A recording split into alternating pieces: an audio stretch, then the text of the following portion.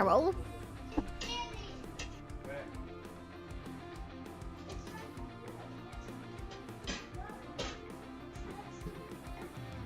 Whew, my patchouli's wearing off. Oh, my favorite shirt is ruined. Humans.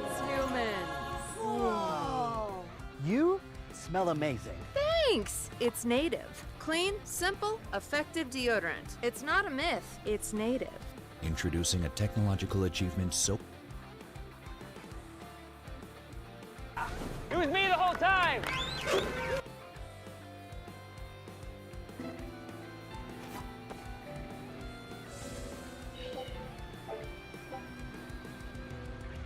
Yep. I think we're just gonna use one of these. Yep. Surfboard.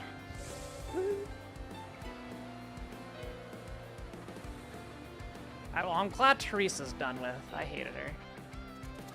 I think she's a cool character.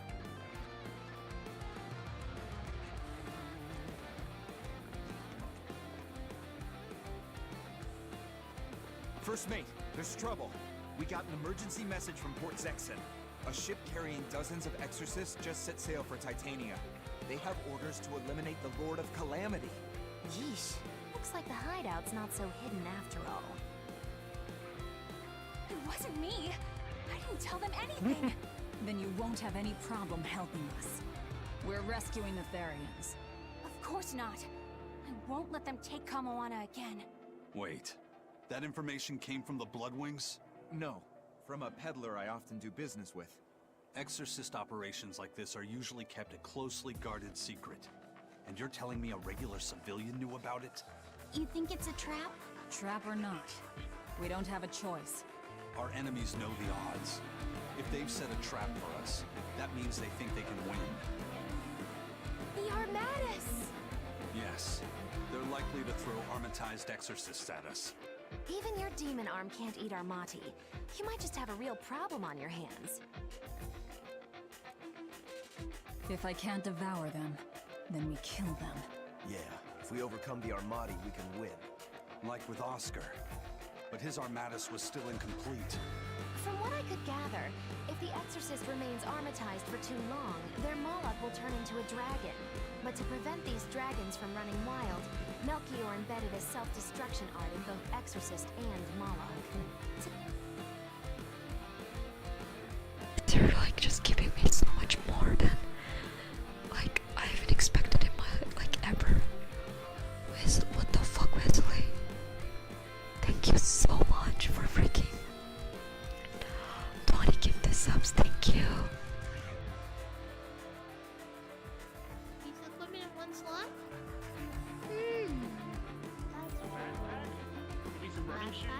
Red, thank you for giving some and Trizzle! Thank you, Red. Red is the sniper. Red.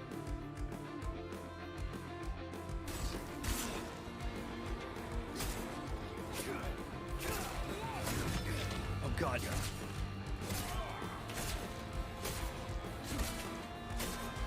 Die! Die! Okay. We shouldn't have a lot of ammo, so this is fine. This is fine. They don't have any ammo. Okay. Combat knife. Oh goodness. Okay, we're about half health.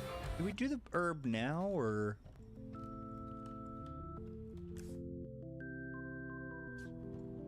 Oh god.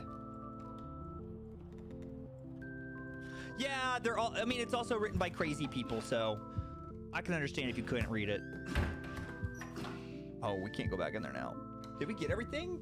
Nothing special in there, right? Like, nothing we needed. The fact that it's written in blood and so shiny. They were doing research. Oh no! Ashley. Bruce, this is Gondor 1. Hunnigan here. What's your sit rep? Yo! These guys...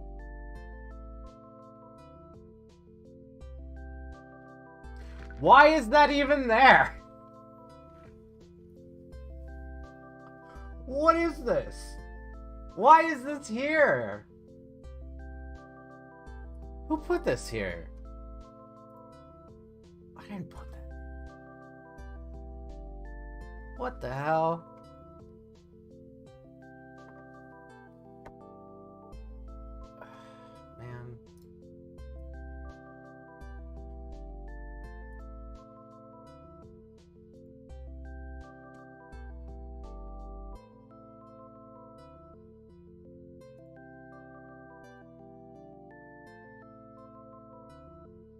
supposed to be there. Resident Evil 4 looks good. I mean, I've already played it 9 times like everybody else, but I did pre-order it, so I'm not gonna play that recently. I'm still a bit busy. I have to finish Dead Space anyway. I'll wait for everybody else to finish playing it. I did order it. I have not been in the mood to play any games lately. I've been doing a whole lot of nothing.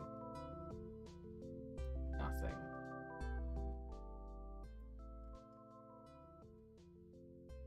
Nothing.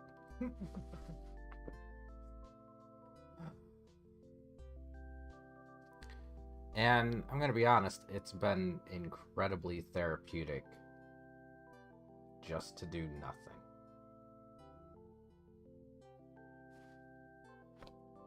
I don't know why that is. That's weird.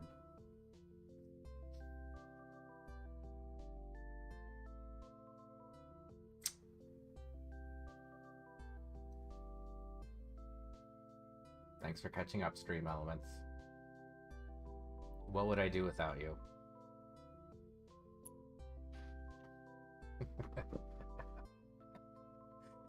Hey, hey.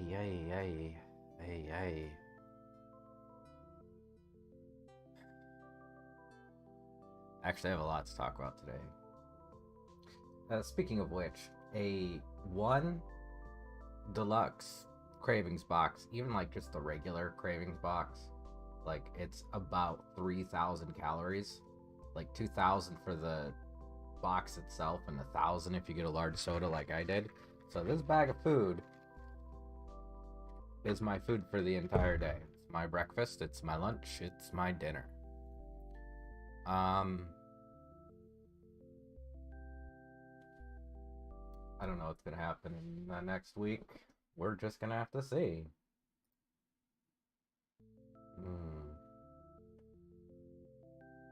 5 days. This should be great.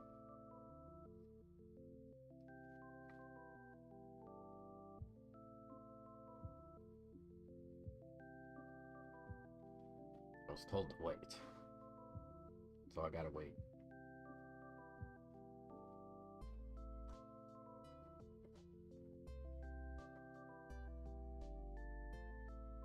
Not exactly sure how my hair is doing the thing that it's doing right now, but I don't think I like it.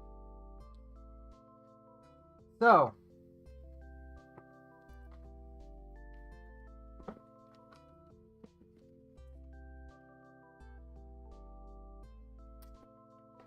in case you were out,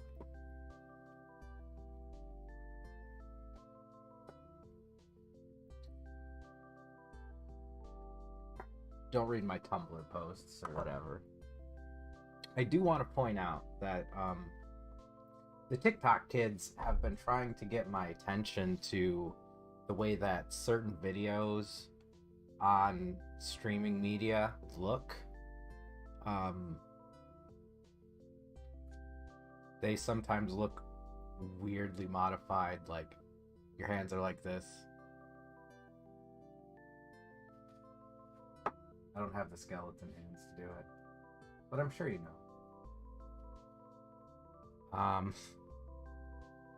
Or like floating heads or like weird stuff. See,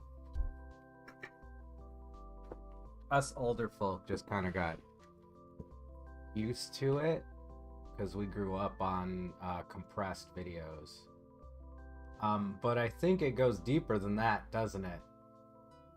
Because now, like, I'm thinking of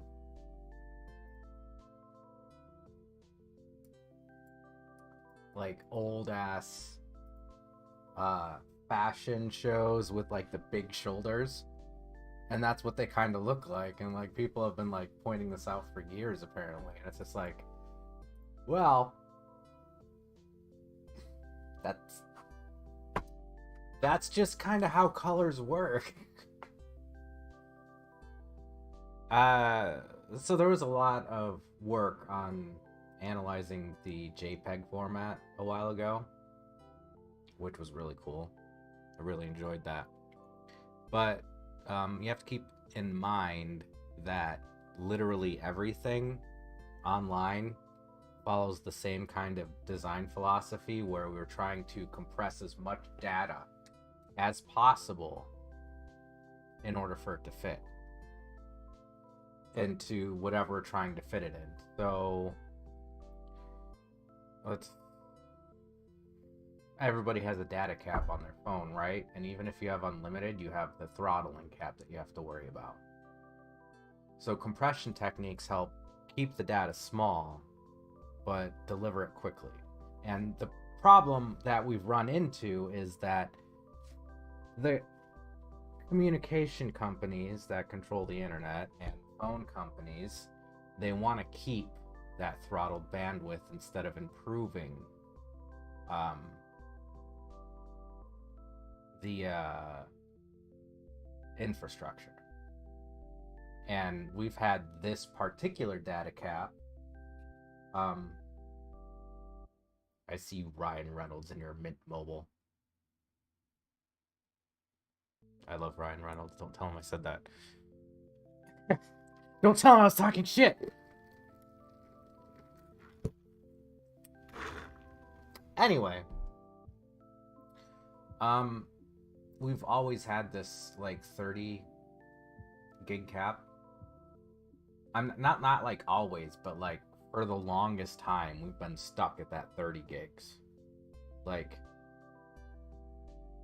I want to say that I downloaded a lot coming up,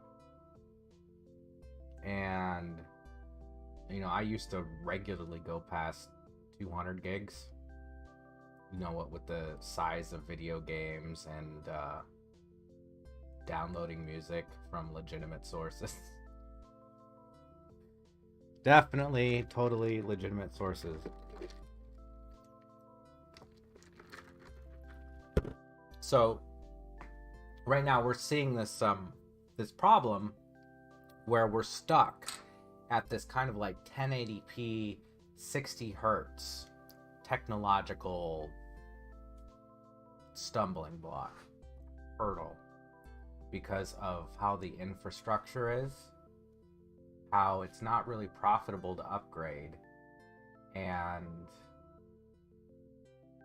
how, again, there's still a lot of people that look at the internet as if it's a luxury item.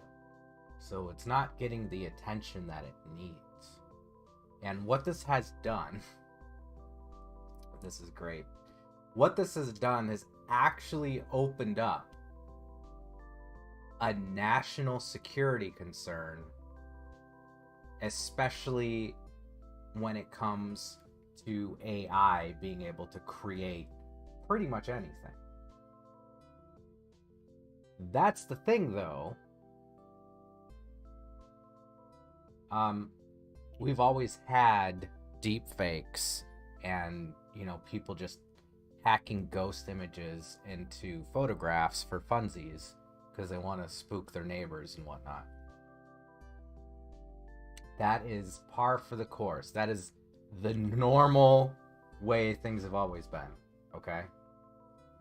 The concern comes with if the content that we're getting legitimately cannot be discerned from the content that is created via alternate means like AI, then we can't tell the difference between the content that was created and generated by AI or the legitimate content.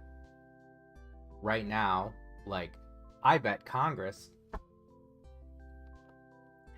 we've been watching the hearings and the congressional reports, right? You've seen the cameras they use, right? You and I both know how expensive those cameras are. But you also know that they are cameras from the fucking 80s, dude. Like, they have less fidelity than the phone that I was using right before I left the military. The phone before my flip phone. I'm not even kidding about that. Look at this camera that I'm using. How much do you think it costs? Like, it's very high definition, right? You can see a lot of stuff going on here, and it moves. You would think that this camera, based on what you've assumed before, is more expensive than it actually is. This particular camera that I use is it's an OBS bot, and it is not that expensive. It is very inexpensive. Look at the quality, okay? Now, it's not an iPhone, but it does move. It does follow me, which I like. But that just points out the dilemma that we're looking at here. This technological gap that we are seeing between what a consumer can get and whatever they have in the storage from the 70s that Congress is using. I know I said 80s, but it was probably more from the 70s because all of our technological innovations ended in the 70s. And that's not just for America, that's for the entire fucking world. Like, you have no idea. Like, we were on this verge of technological advancement in the 70s, and we're like on the cutting edge of everything, and then all of a sudden they're like, nah, we can't afford it anymore, so 70s tech is what we're gonna stick with. I think we could probably save some money on the congressional budget if we used better cameras, to be honest with you. Like, they are definitely not $1,000 cameras, and they definitely record in better fidelity. I'm just saying.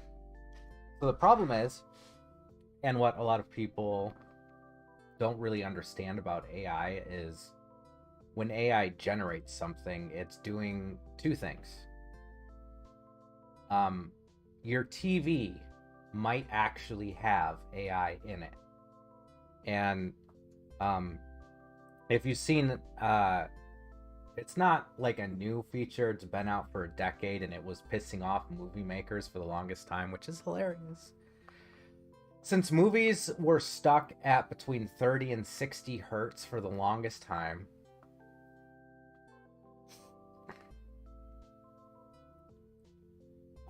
and directors and filmmakers really didn't want to increase the amount of frames per second that they record at, we're still at a pretty low rate when it comes to movie. Which you would think that they would upgrade, considering they have the budgets they have, but whatever.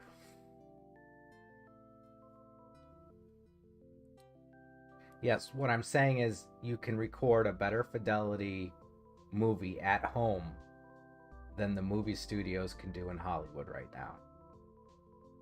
I'm not even exaggerating. And some of the things that the TikTok kids are doing for pennies. What some movie developers are doing for millions. It's fantastic. And I want to see where this goes. It's like the kind of things that they can make on TikTok, that you're not aware of this right now, looks like, and we would consider this like an old style movie, special effects from the early 2000s. And it looks, in the fidelity that they're recording at, looks really fucking real. But it's not. So anyway,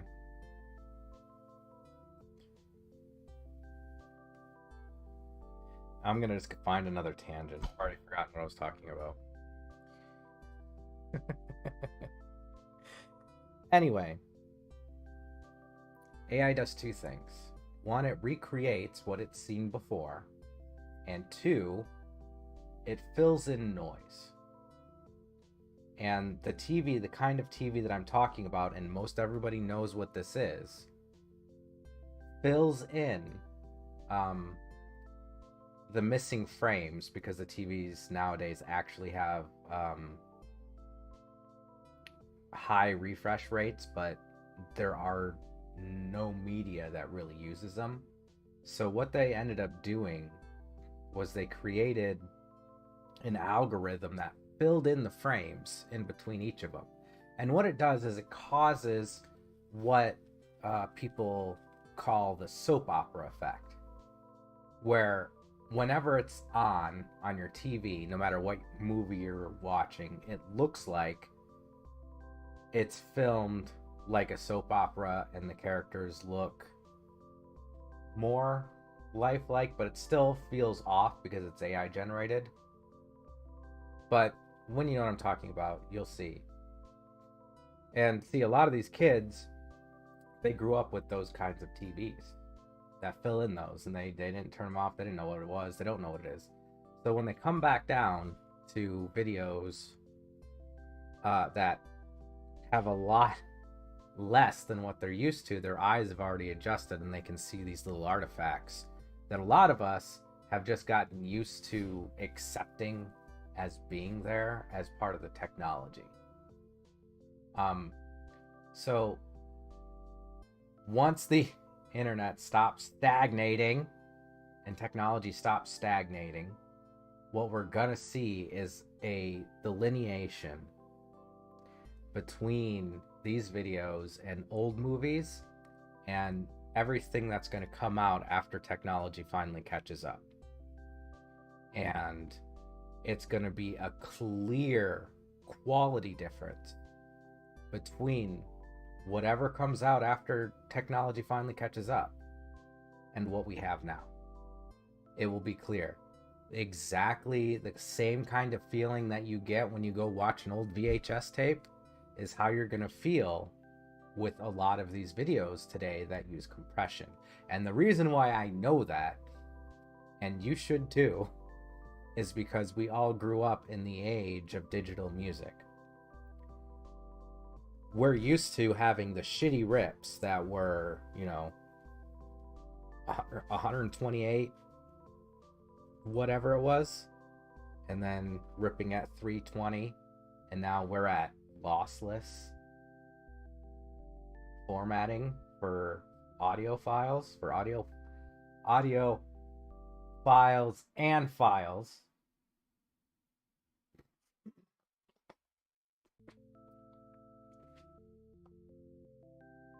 I don't have enough time to explain that joke. If you get it, you get it.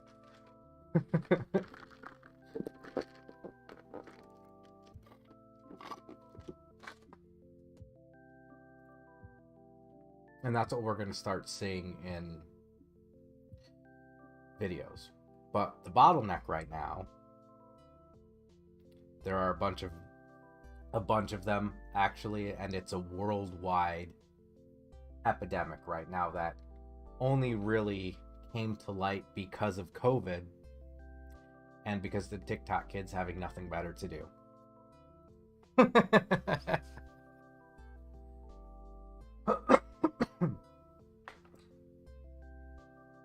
Which is great. I love it. But yeah, when we start to see this increase in fidelity, like an actual acceptance of 4K and 8K and above, and we start accepting, frame rates of 120 hertz, 240 hertz as just the natural progression of technology, and we start to realize that these data caps are really limiting what people can send to each other, and that we really need to update this infrastructure that we have.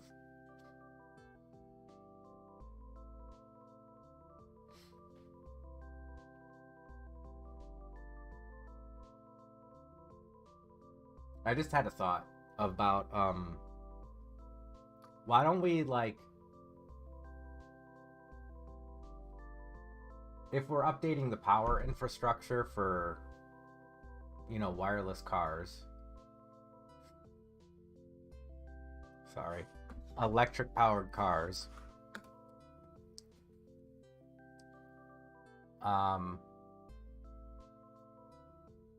and we need to update the infrastructure for the internet, that's probably something that we can combine into a single project. We start looking them as part of the same utility, power and telecom.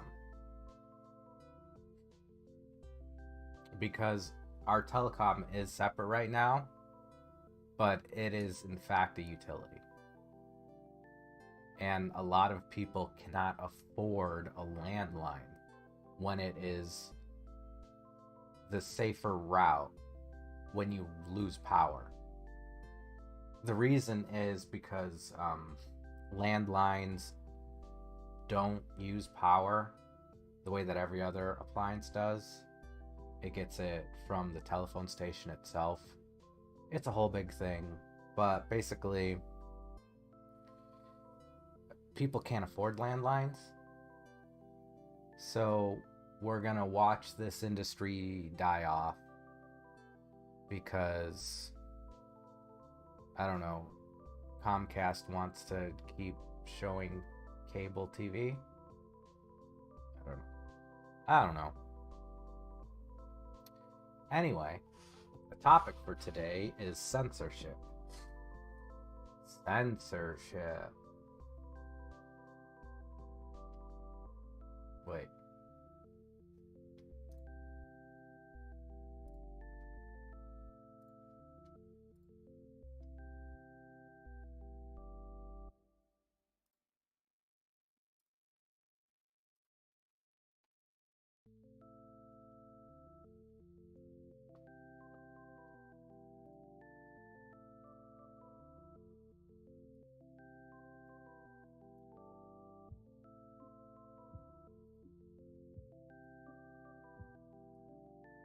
Censorship. I have to amuse myself somehow. So, there is a problem with cable TV, cable news especially.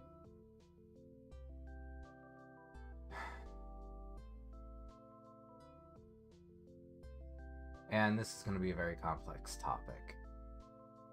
I'm not sure how simply I can break it down, but everybody already knows that there is a problem with our mainstream news outlets.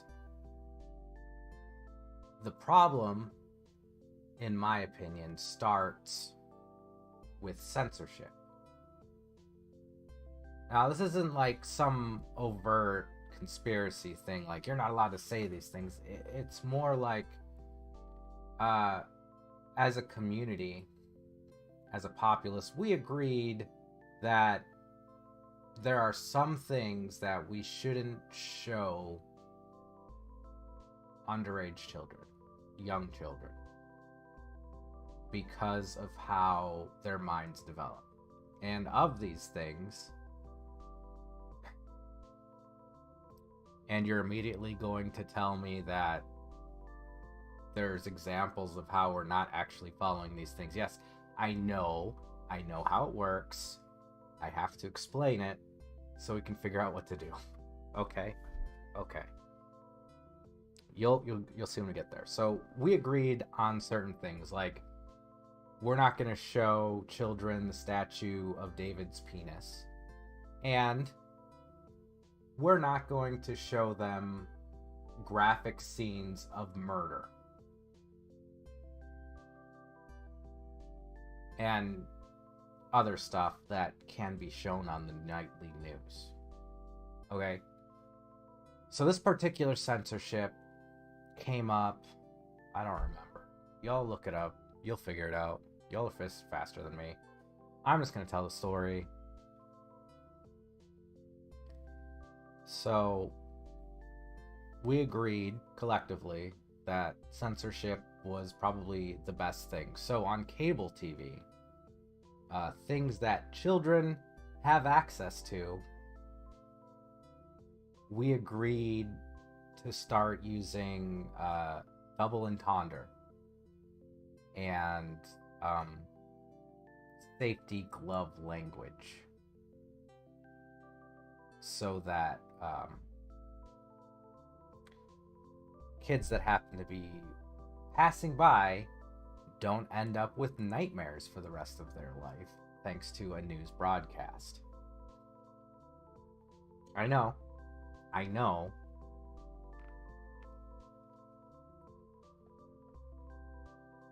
This was the agreed upon thing.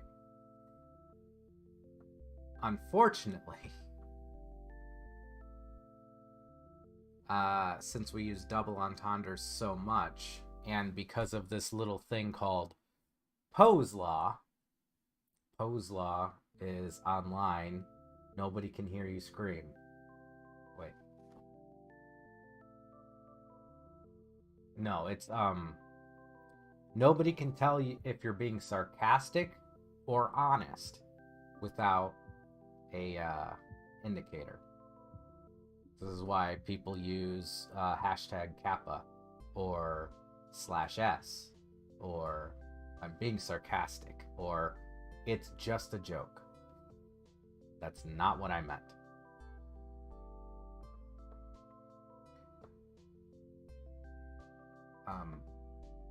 So somewhere along the line, people started taking this double entendre as fact because nobody let them in on the joke. This is why we get things like Fox News and Tuck Carlson going, yeah, I never liked Trump to begin with. He's full of shit. Yeah, he knew that. That's what he reported. He just malicious complianced it a little bit. So those particular news people have to stay in character, so they keep staying in character. And now it's a whole thing. This is why, like, you see the people, they'll say one of two things. One, they'll say you got to look at both sides of it. Like, the way that they're viewing Fox News, for example, is, okay, this is what he's saying. Now, what is he saying if he says the exact opposite of that? And then comparing the two ideas.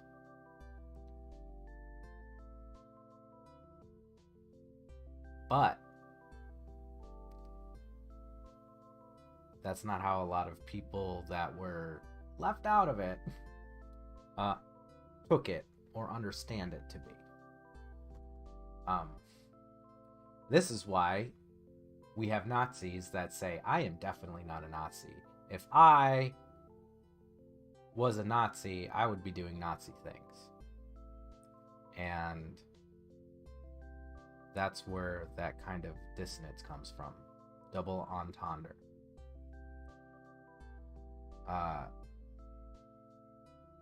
At a certain point of double entendre, it can be kind of hard to talk with people sometimes. Because you're kind of expecting people to understand your jokes.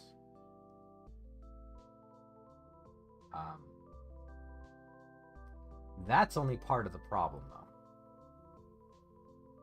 though. Okay? That's part of the problem. Here's the other part of the problem. And these are the kinds of things that really took people by surprise. And will take a lot of people by surprise as soon as they hear it. For example, Roseanne is extremely conservative. The actor, and you know, everybody knows that the original Roseanne show is a little bit different than her new one. A little bit. And that's because she didn't write for the show. This is something I found out with Frasier, actually, and it really disappointed me to no end. Frasier, the character, was played by a conservative actor who, in his mind, believed he was playing this character, this pompous Seattleite that had more money than sense. And a lot of the jokes in that, they didn't hit the way that that actor thought they would, or that the writing crew thought that they would. Because what a lot of people don't remember is that Frasier was a spin-off of another show. I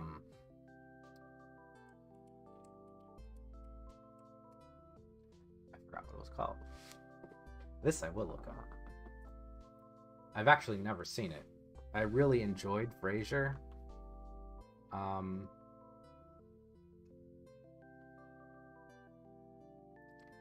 Not for the reasons why it was made, apparently. So... Ah!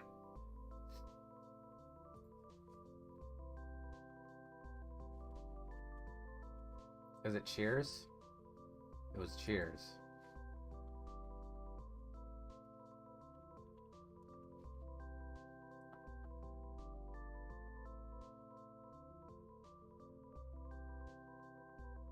Right. It was Cheers. So we have this liberal icon who was actually invented to be a parody of how conservatives viewed said liberal icon. He was an effeminate man who had a radio show and also thought he was a therapist. That's the joke, okay? It is a very convoluted and annoying joke, and people, at least the writers and Frasier himself, Kelsey Grammer, don't really seem to know why people identified with the show in the first place. Because, you know, when you look at it from what it was intended to be to what it actually is, it's a completely different experience.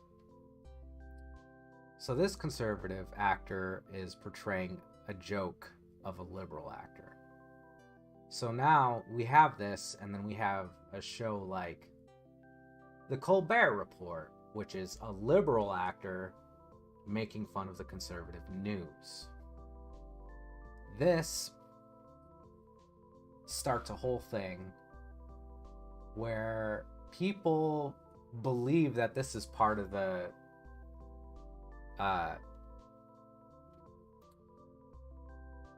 what's the word? Just part of the thing. Like, we're just ribbing each other. But what both of those sides didn't realize is that there were liberals and liberal-minded people that really identified with the character of Frasier and what he was going through as a person.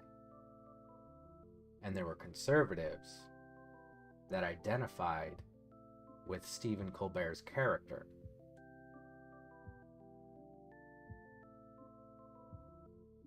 So now we live in a strange world where just these two shows have several different meanings now to different people. This is why when you change your perception a little bit, you can see liberals and conservative lightheartedly changing drabs. And then when you look at it from another angle,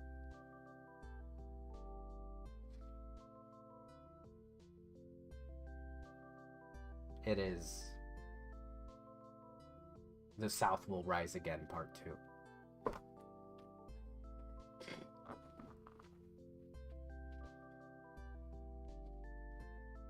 And I've really been trying to figure out how we got here. Because that is a lot of context to just kind of lose. This is gone. Depending on what kind of person you are and how you identify with these pieces of media can alter your entire reality and perception and understanding of the ongoing narrative and conversation, national conversation, global conversation even. You know, this is how we find out that, you know, George Carlin was a conservative icon, but he was liberal as fuck. How did that happen? I say that because I saw a few documentaries of it on YouTube. I'm not going to go into depth about it. It is something like I did point out last year, I think.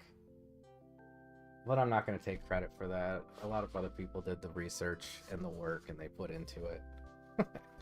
And really watch their videos. But,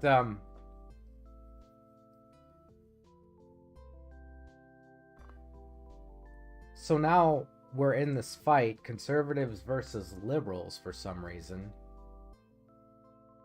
And nobody really knows why, except, and this is the only thing that remains consistent throughout the whole thing, is that liberals still identify with Frasier, and conservatives are still making fun of Frasier. Again, not because of the content of his character, but because he's a liberal F-slur that doesn't have a hard life, but he always acts like first world problems are the worst.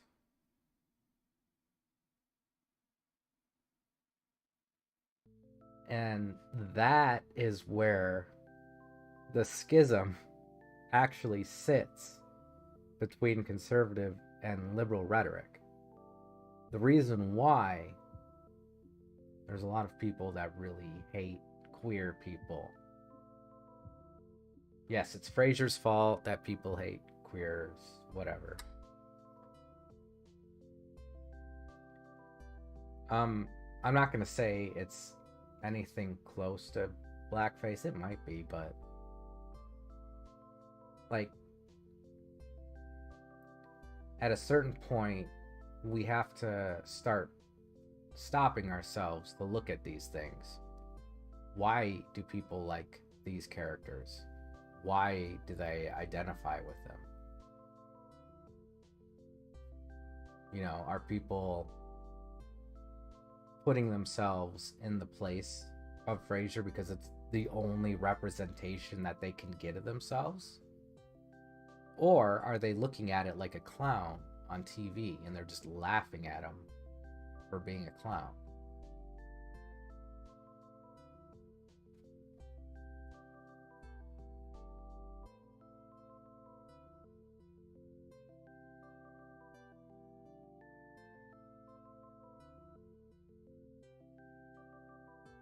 You know, it's back to the censored topic.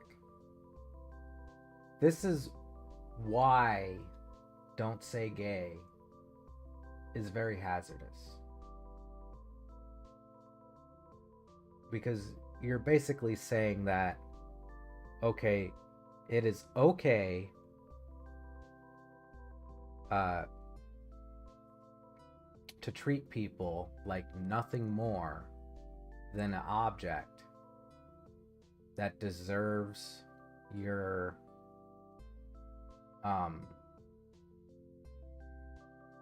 ire, I guess. They deserve to be laughed at. They deserved to be ridiculed.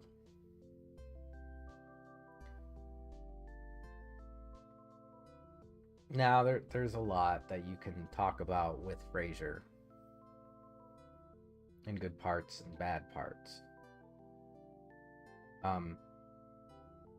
But if that is the only representation that young queer people get, and the conservative community is saying it is okay to laugh at that person just because they are that person, that's where it gets iffy.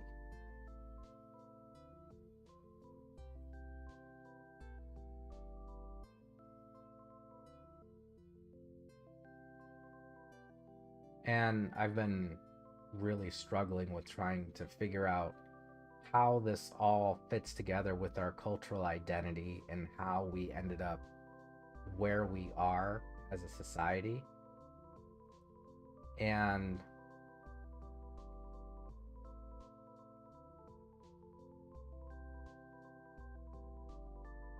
honestly, I don't know.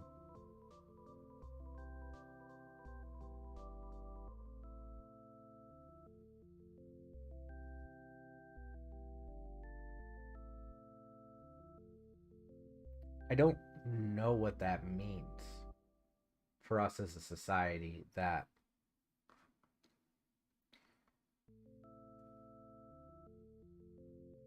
when we make a piece of art, that's how the many different facets we can look at it. And then for one reason or the other, we choose certain facets to focus on.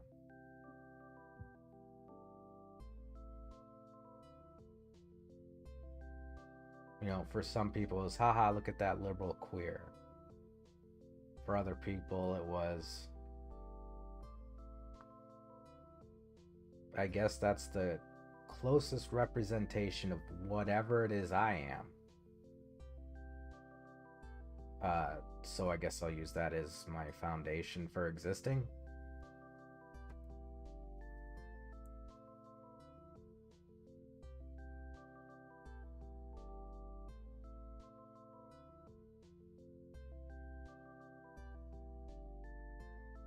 And that's really the reason why, you know, queer people exaggerate sometimes. They blow things out of proportion when it feels like we're under attack. It's because for as long as we can remember, all of recent history, you know, eradicate these people, laugh at them because they act certain ways, instead of just welcoming them into the community and whatever.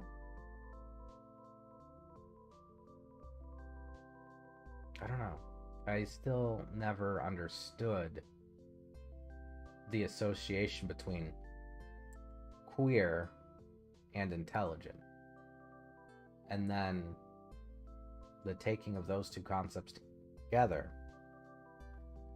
to create the character that we call pompous, right? It's not a very big leap when I say that this caricature is there for everybody. Like, when you think of a pompous ruler, what do you think of?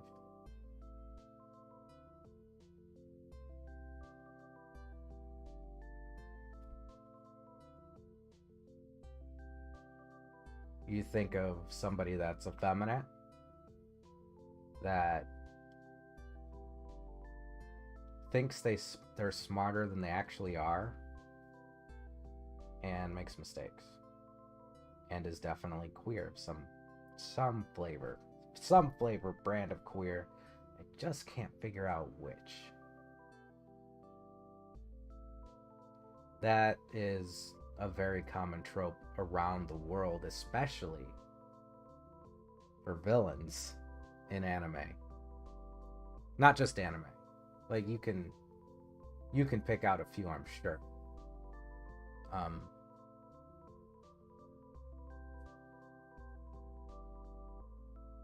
So, where does this leave us? What are we actually trying to fix when we're talking about censorship? Whether nothing should ever be censored ever, or you think that certain things maybe should be censored? That's not for me to decide personally, that's for society to decide. But that's part of that social contract, you know, that we don't show porn and slasher films to the minors. You know? Even though everybody that I've ever met watched their first slasher film when they were like 8. Thanks, Mom.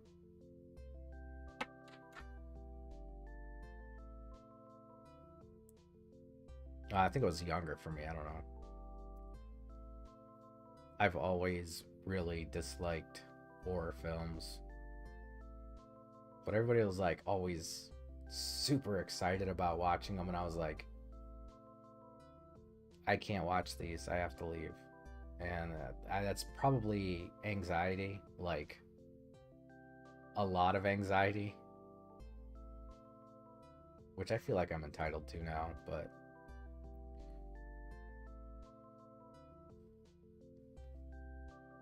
excuse me for being scared, Jesus.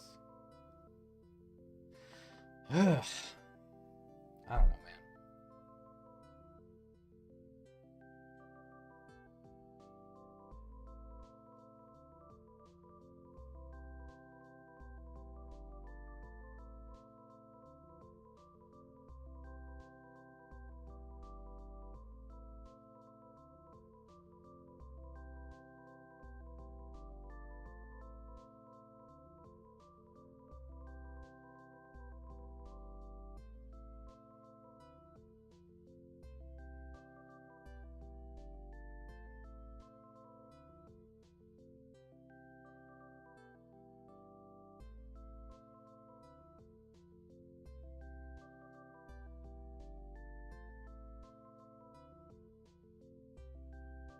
Trying to think of something that I haven't covered yet. I think I already went through it all.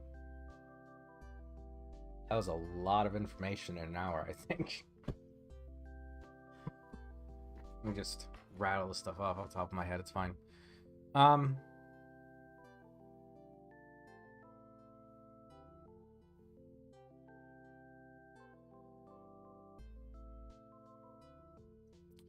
It's a complicated mess.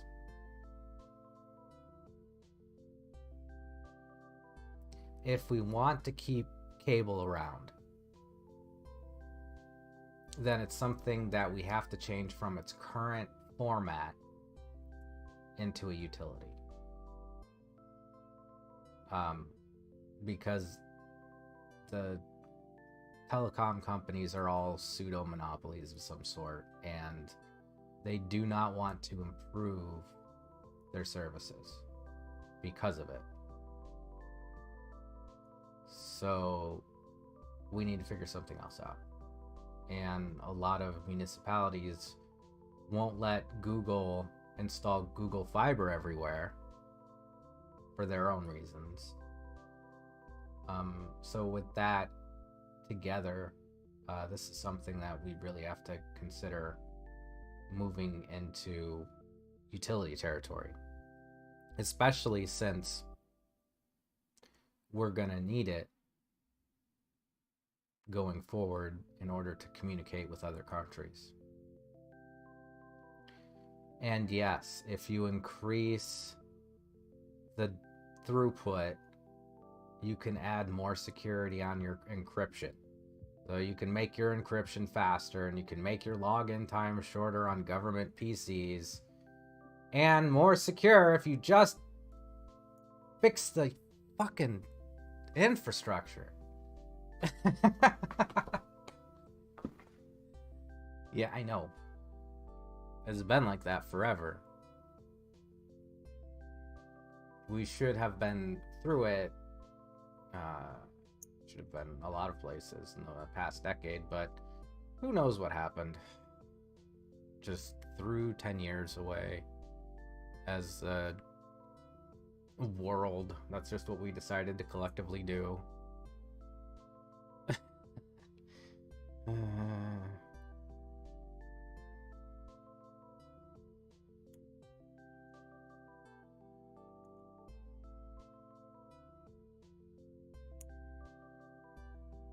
Yeah, so long story short, censorship and the lack of the progression of technology is pretty much what put us in the predicament that we are today. And for various reasons, good and bad, both of these things exist. And it's not something like we don't know is happening. It's just something that we're not talking to each other about. Because we expect the people on TV to do it. That's their job. And they're not! They're not, because they hate their job. And they are doing what is called malicious compliance. They're just there to do their job. Whatever script is put in front of them.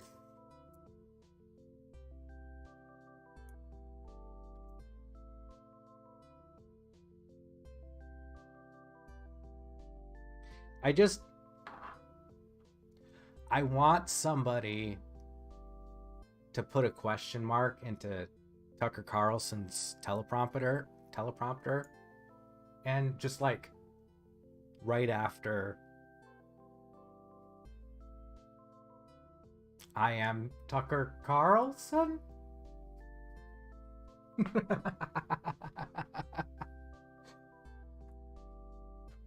You know you want to see it too. That one doesn't. That one is a bipartisan joke. Everybody wants to see it.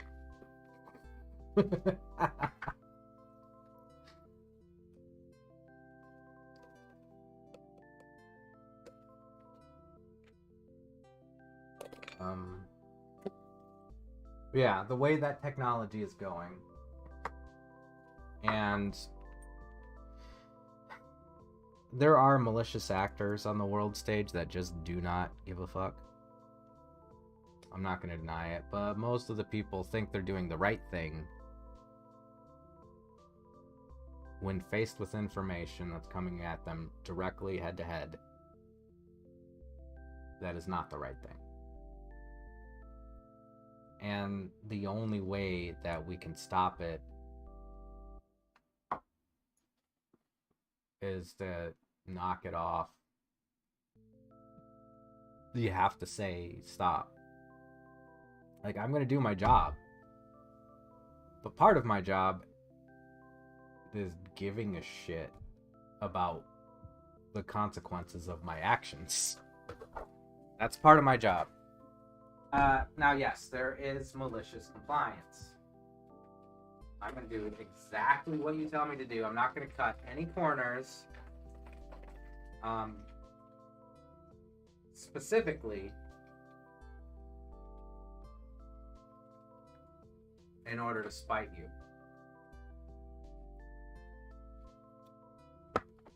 Cut your nose to spite your face.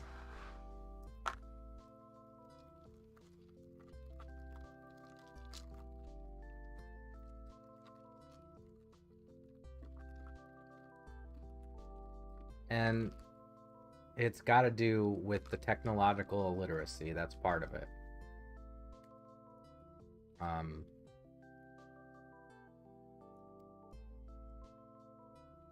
But it's also got to do with the impending financial crisis.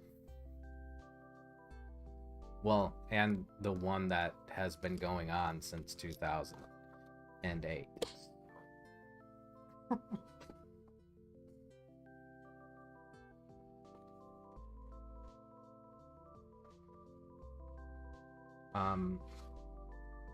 See, what had happened is the United States ran out of money except for the money that it was going to pour into its military Um,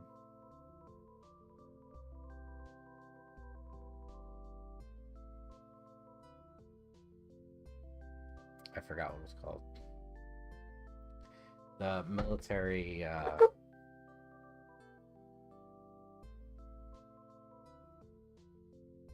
industrial complex.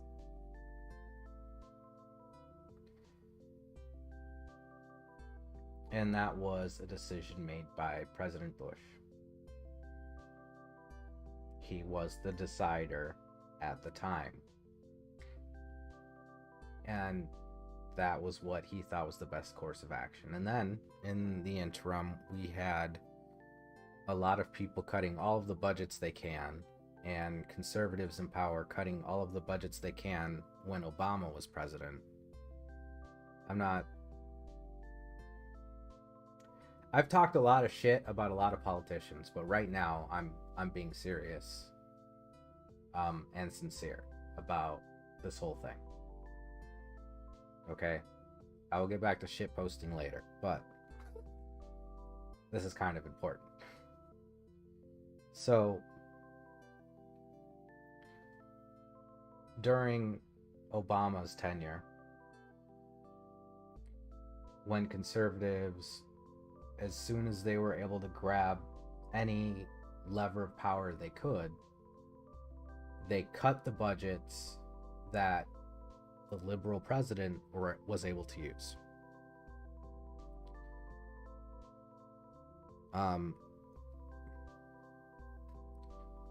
And that caused a lot of problems.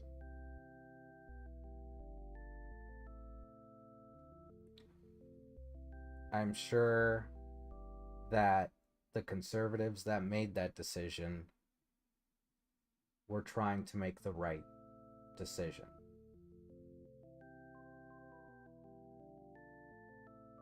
Don't get me wrong.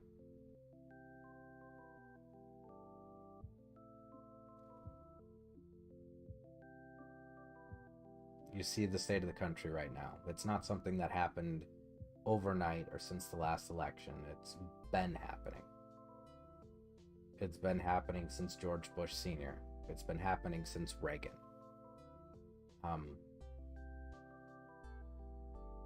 And part of that is this game that is being played between Republicans and Democrats. I get the feeling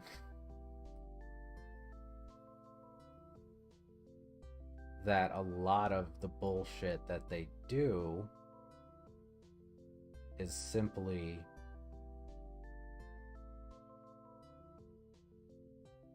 fraternity bullshit.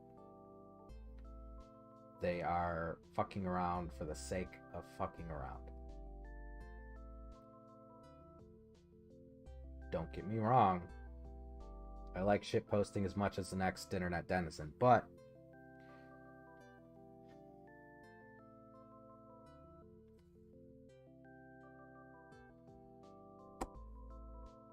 priorities.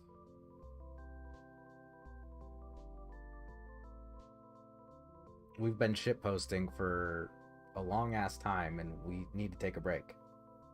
We need to put the shit posting in the appropriate forum. Okay? World politics is not the appropriate forum for shit posting. That is literally the only thing you can do at that point is punch down. From a political standpoint, if you have power, everything that you're doing is punching down on somebody that doesn't agree with you.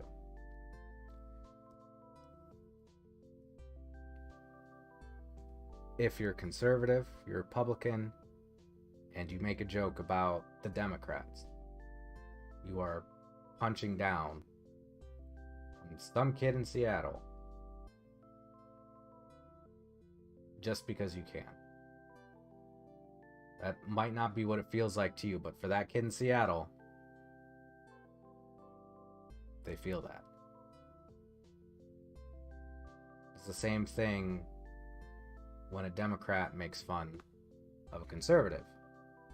You're still punching down on that kid in Texas.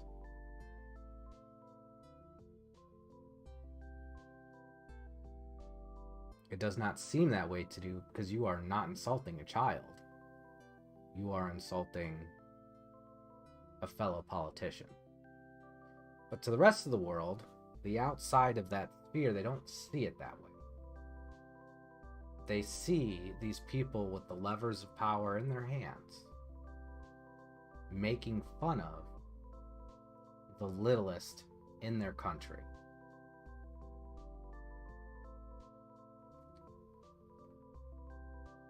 And I think that's also part of why we are where we are right now.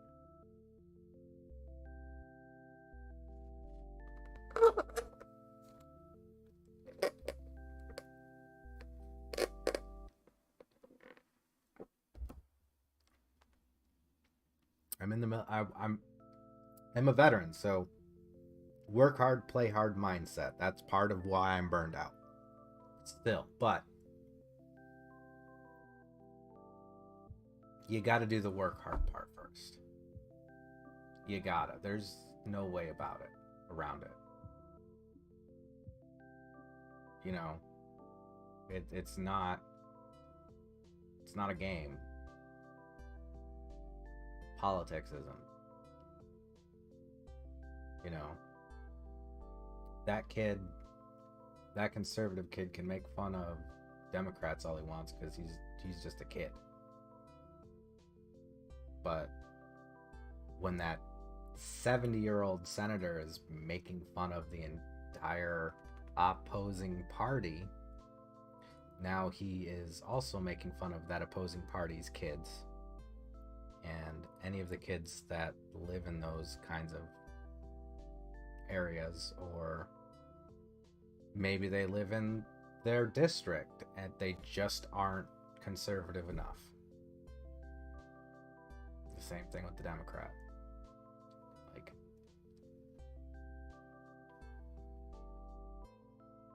one of the things that I got, and this is a very common conservative complaint from conservatives in liberal areas. You never hear it the other way around. Never ever do you hear it the other way around, because liberals go, I'm moving to Seattle, or New York, or Hollywood.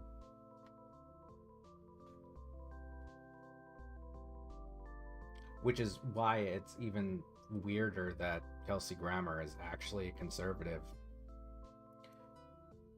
That blows a lot of people's minds, I guess.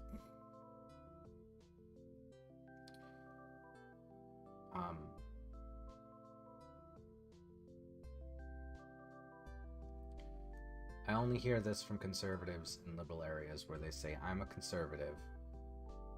What power do I have when it comes to a vote? You never hear it the other way around, because liberals are used to leaving because they are used to being murdered or just living a shitty life. Same thing with women.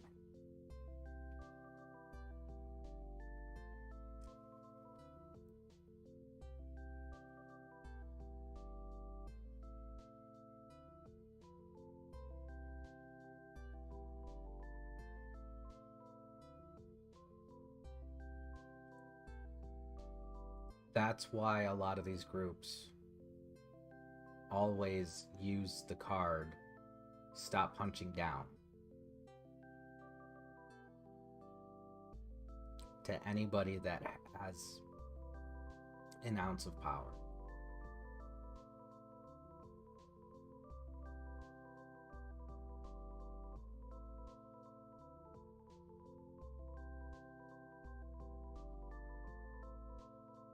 I know what that feels like.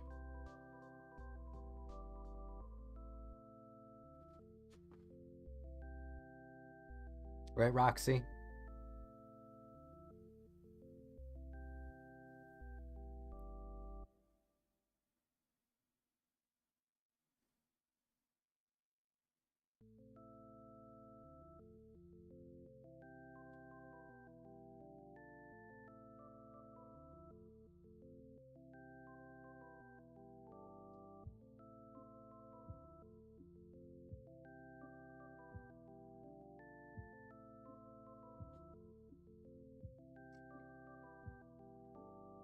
You look like you want something, dude.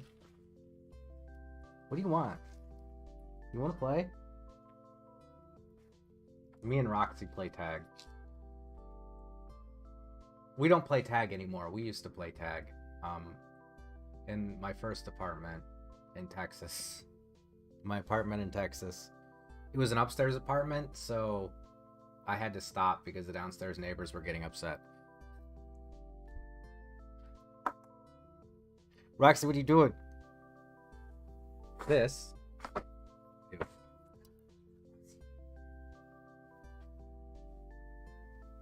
And then if I go to her, she'll run up the stairs.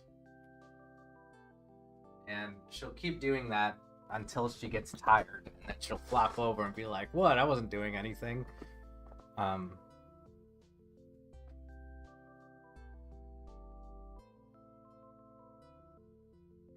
But we used to play, like, tag. Like, I would chase her, and I'd go, tag, you're it, and then I would run away, and I would hide behind a door or something. And it was adorable. This little kitten, Roxy, would come and chase me down. We don't do that anymore, though. I blame my downstairs neighbor in Texas.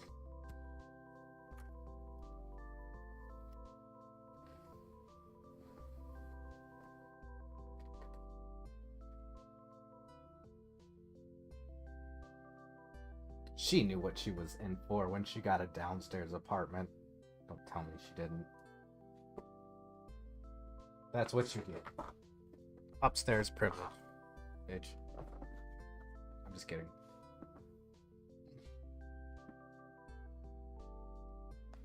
I am very sensitive to sound, so I know what it's like to be that person. Especially since I always work the late shifts.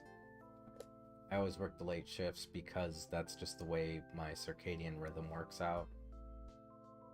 For the past 5 or 6 years, I was on day shift. And I hated it.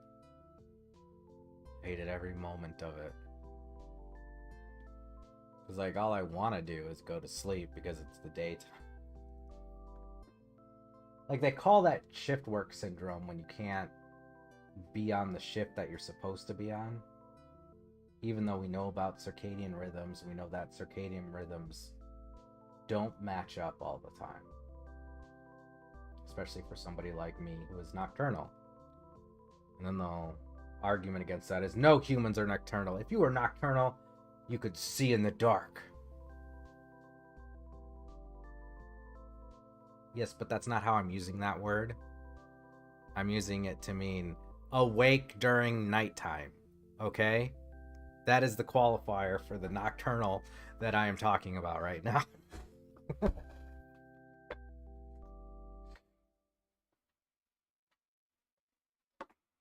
No, I've always gotten shit for sleeping too much during the day. It is always a thing that I've always been yelled at for since I was very young. And I would always get shit for it. They'd be like, why aren't you awake at 6 in the morning with the sun like a normal person? You really should wake up at 6 in the morning. And then I'd just be like, not happening. Then I go, like, take a nap somewhere. People, like, want to blame something for me not having a typical circadian rhythm. And it's like, no, I chose this life. I chose this life. And I don't regret it. I don't regret it. I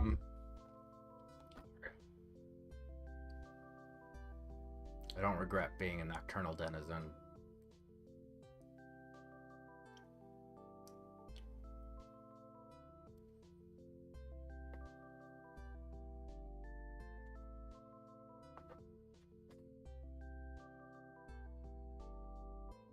It's like, no, that is what I asked for every time. Like, starting in high school. No. That's a lie. Starting for as long as I can remember, actually. It was always hard for me to, like, wake up at 6 in the morning. No matter what daylight savings time was.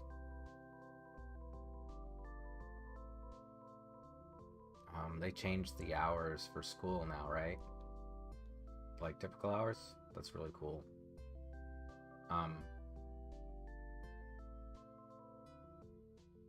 But like, it always sucked that night school was just for adults, people, 18-year-olds that didn't graduate, trying to get their GED.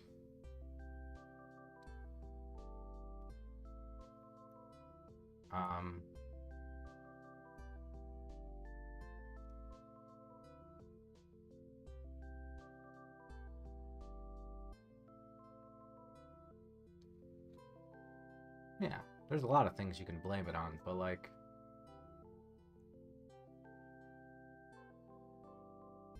I enjoy getting my sleep as much as the next person.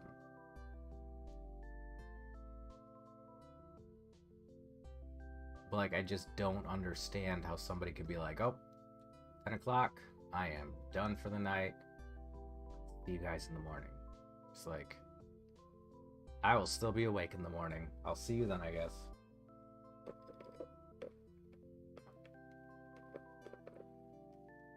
I mean, this past couple of years has been weird as I try to get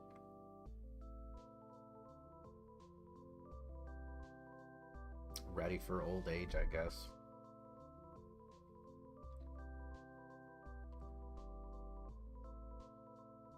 You know, trying to figure out what's going on with my heart rate.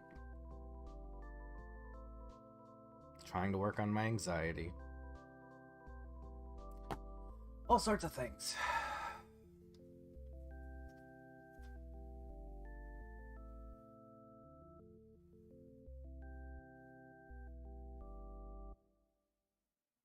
Trying to remember the last time that I took to slow down.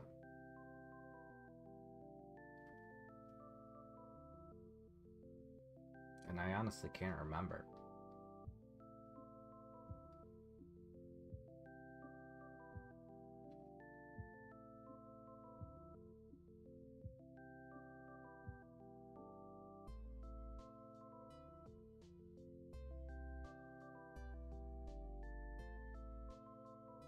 Like, these past couple of years, it's not just me trying to slow down. I mean, it's also like partial narcolepsy, where it's like I am almost always tired. Lately, it's been getting a lot better. I'm still not functional without caffeine, though. I don't function. That's why I always get a soda. That's why I'll have espresso beans or coffee.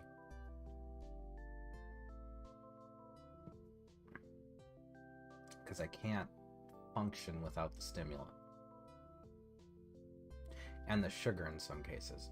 Which is not exactly the best way to live, but I don't have any better choices at the moment.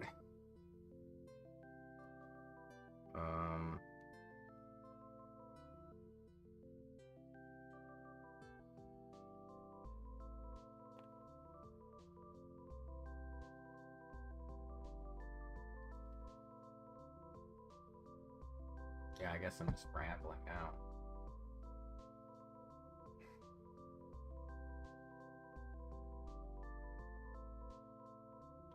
It feels really weird not to be compelled to play any video games.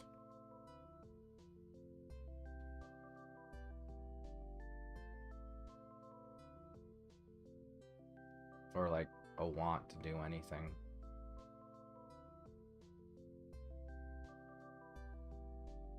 I like making these videos. And I guess my calling might be diplomat. I don't know how that happened. All I want to do is shitpost.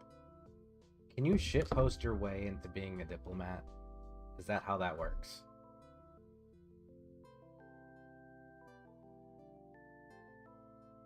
That's just all you gotta do is just shit post your way into being a diplomat. Okay, yep.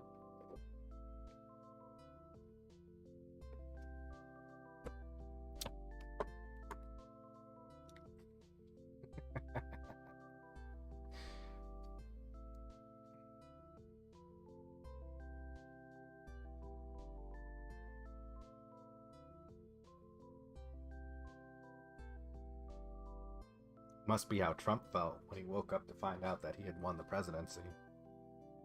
And he was just like, how did Hillary not win? Now I gotta deal with all this bullshit!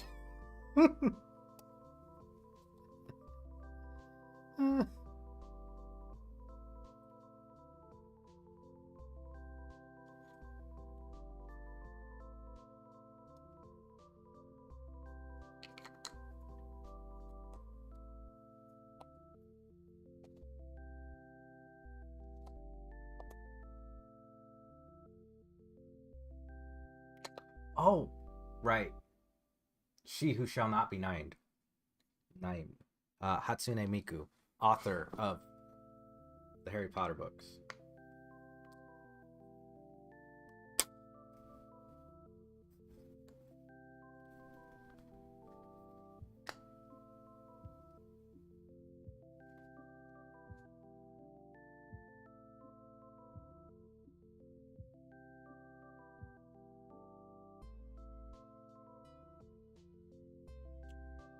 A really good joke.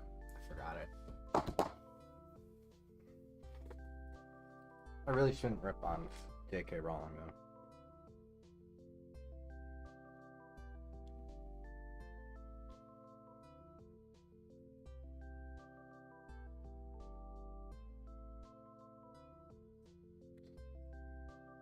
But what I will say is, if you're frustrated with her tweets, retweet to her the opposite of what she said. And see where that gets you.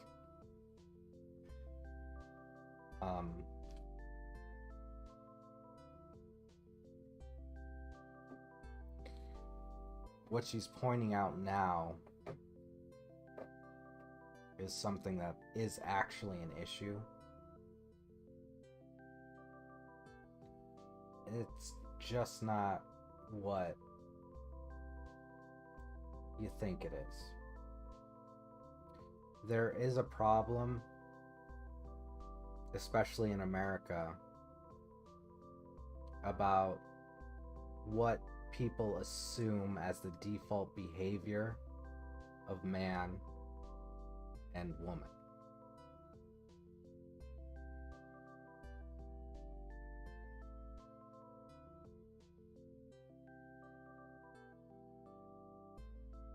And there is a belief that more men are convicted of crimes because it's in their nature to be less risk adverse.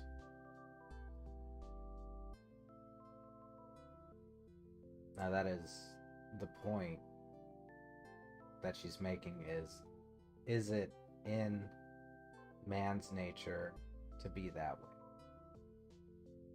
The obvious answer is no. The reason why less women are convicted is because men feel sorry for women. That's part of the power structure. That's part of the patriarchy. I didn't make the rules, I just live in them. Okay? The reason why that this isn't a big issue that people care about is because of biology. And by biology, I mean uteruses. Uterusi. Uteri? Urinary tract infection.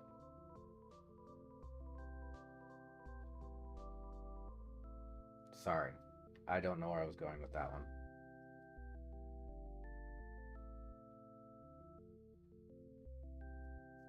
Anyway, because menopause happens for women between the ages of 40 and 45,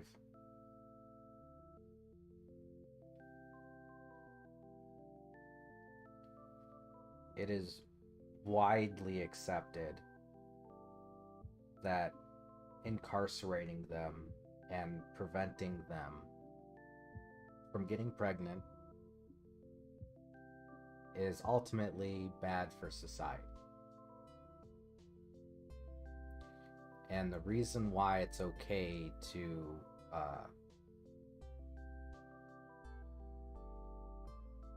leave men in for life is because they don't have to worry about menopause. It's as simple as that. And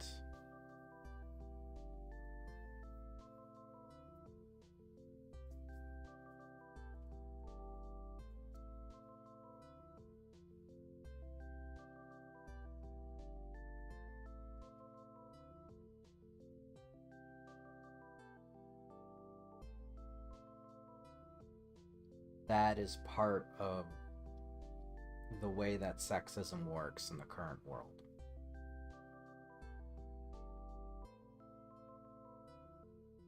You know, the reason why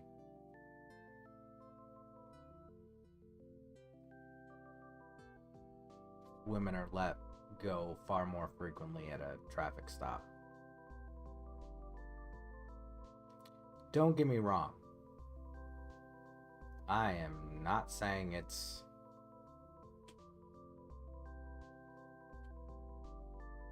good, easy to be a woman. Maybe it is, and if you're white and cis and attractive,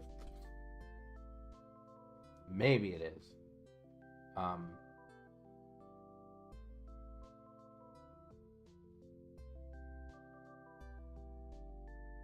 But in a world that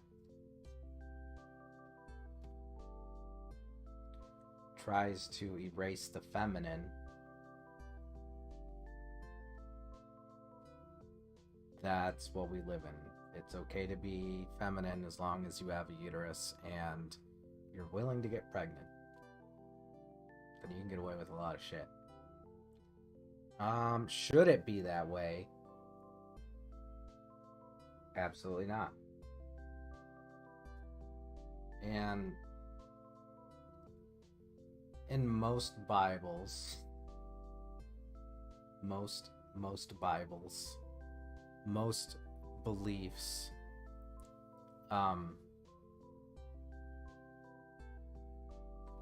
God gave women the sole authority on whether or not they should ever get pregnant. It's not the man's decision that a woman should get pregnant, and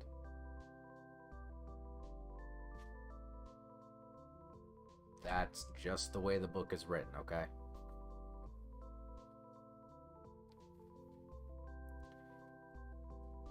But a lot of what we believe today to be normal is actually built on old systems that don't really matter anymore. You know, bloodlines that don't exist anymore.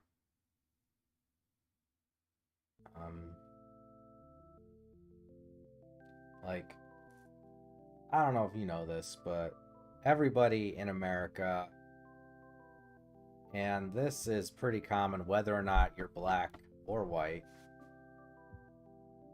and you'll see why in a second. Everybody, every woman at least, they claim to be the reincarnation of Cleopatra. Every single one. Everyone. With no exception. No exception. Okay?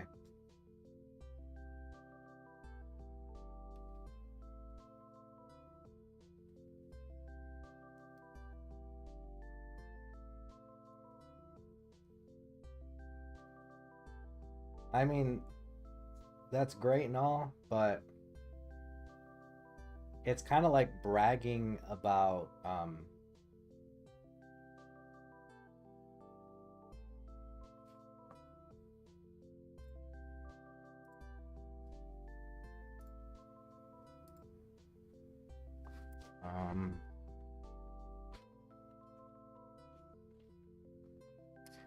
kind of like bragging about being related to Genghis Khan. Like, yeah, if you're Asian, Chinese at least, there's a good chance that you are.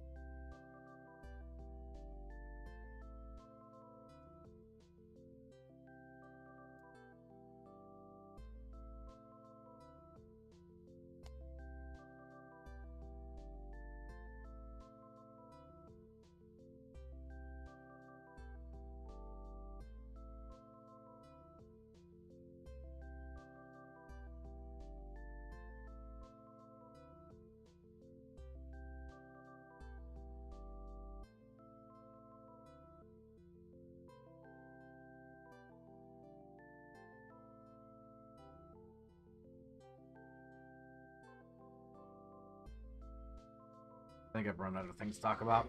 I'm gonna be honest. I really just wanted to start the stream and start talking for a couple hours, but I'm at the point where like, I'm out of things to talk about.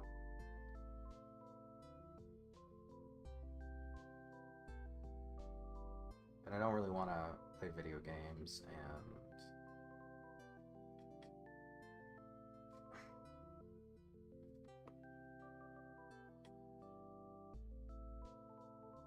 there is so much on my mind lately. I don't like it. I absolutely don't like it.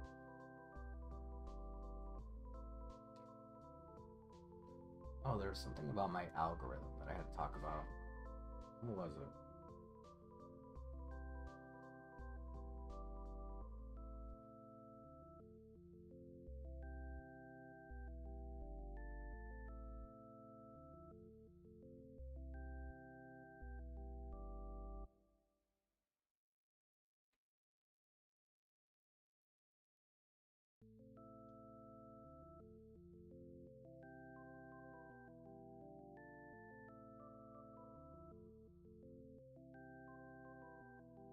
No, I don't remember.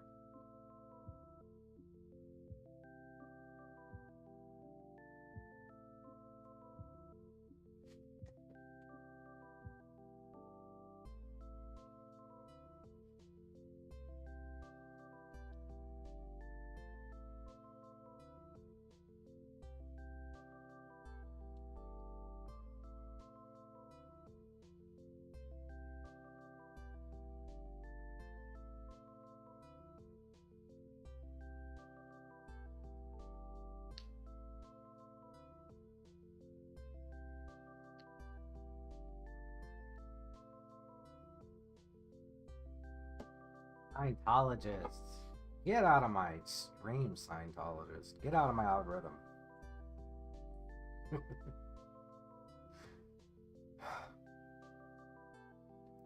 I watched one of the YouTube videos about a former Scientologist coming out and talking about their experiences, and now that I get random ass videos directly to Scientology stuff, and I'm like, no.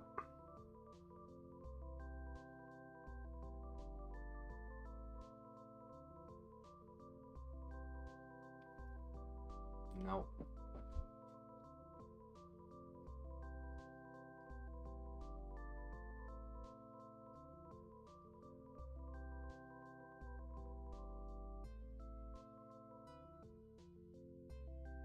If I ever get a chance to jump on Oprah's couch, I'd do it too. I would do it too.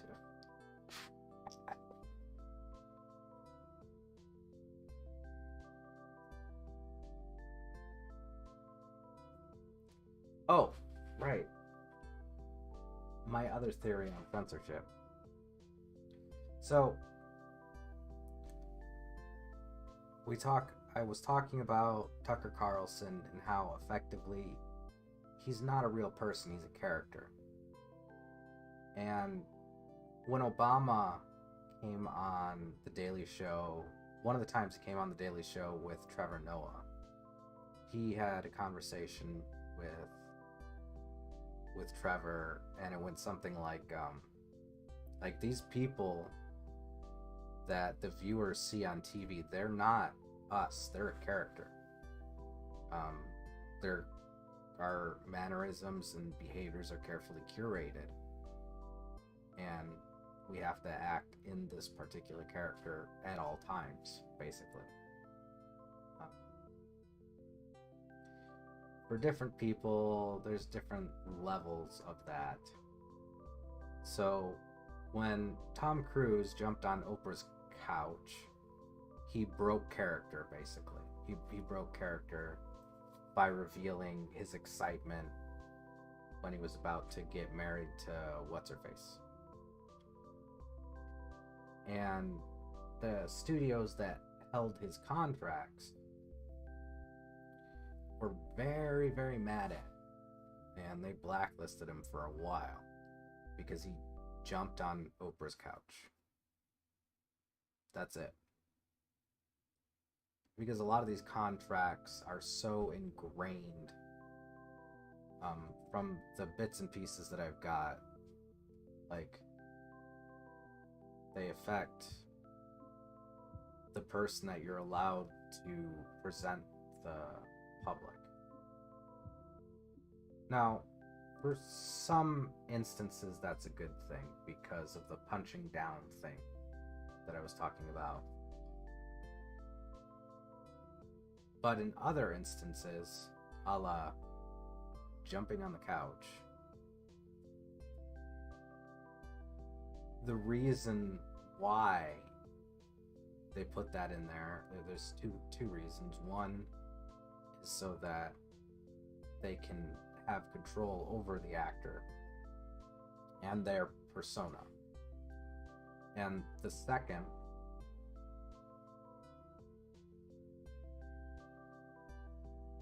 is to prevent liability. It's two things. Not just the one. Two things. And they want to keep every actor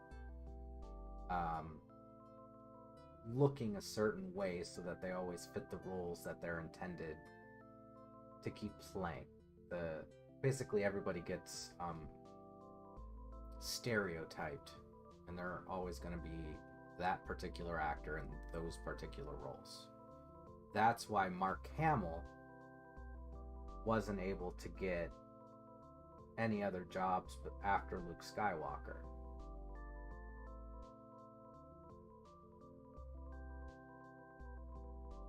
But Han Solo was. Right? And that's because of Indiana Jones, actually. Harrison Ford. Because he not only played Han Solo, he was also Indiana Jones, which gave him more leeway than Mark Hamill.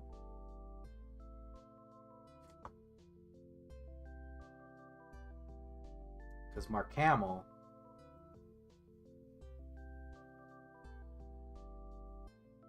was the chosen one. I guess, but without that, like, we wouldn't have the animated Joker, so kind of torn.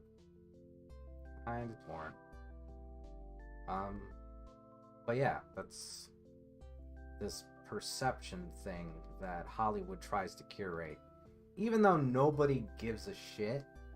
Nobody gives a shit. Not a single person gives a shit. None of the actors give a shit. None of the people who write the contracts give a shit. none of the viewers give a shit. It's one of those,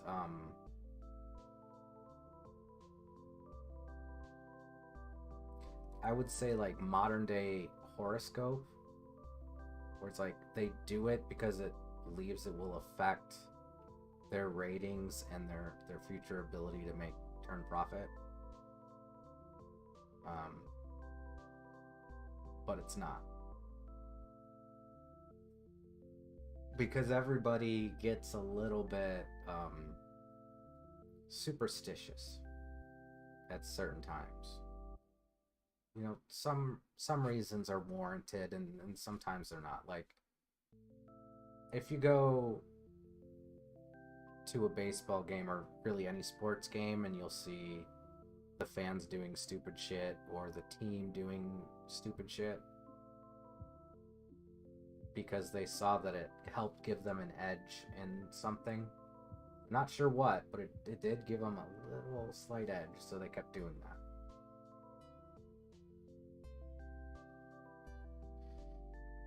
And it is superstition, but it's also based in a little bit of pattern recognition. Okay, so the first time a baseball team walks out onto the field with their hats upside down, the whole team is doing that. The first time that happens, then the opposing team is going to have a very hard time taking that team seriously. And it gives them a slight edge because of that. And that's where like the superstitions start, because it did work.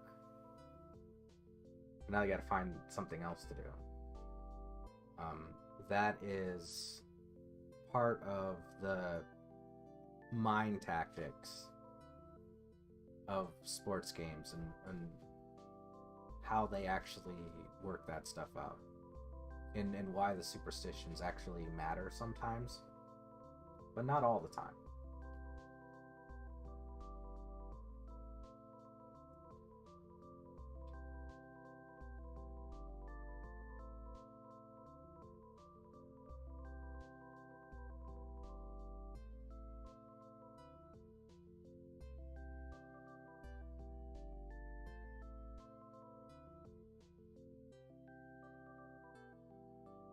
Like, these patterns are real, and humans are very good at recognizing the patterns in the chaos. That's why we invented surfing, to be honest. Because we saw the pattern, we're like, I wonder. And it worked out.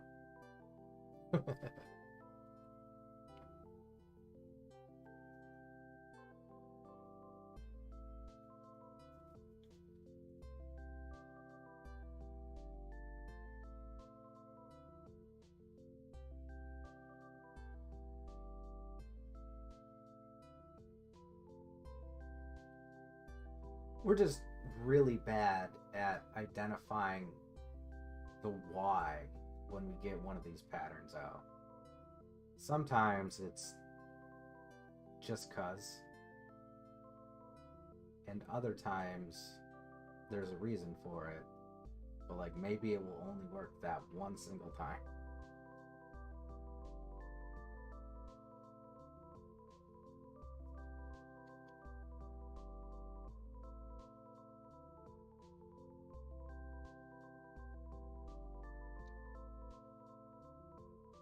You have no idea that I just gave a bunch of sports ball fans ideas that we're gonna see play out soon enough.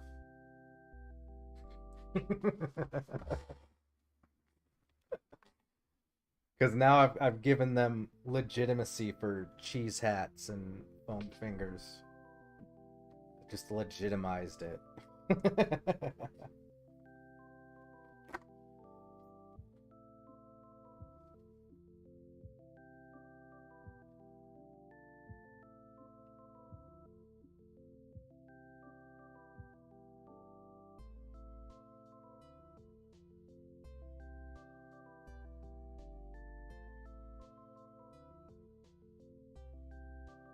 Just something else I needed to talk about?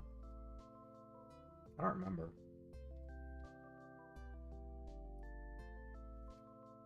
Let me check the Magic 8 Ball. Magic 8 Ball!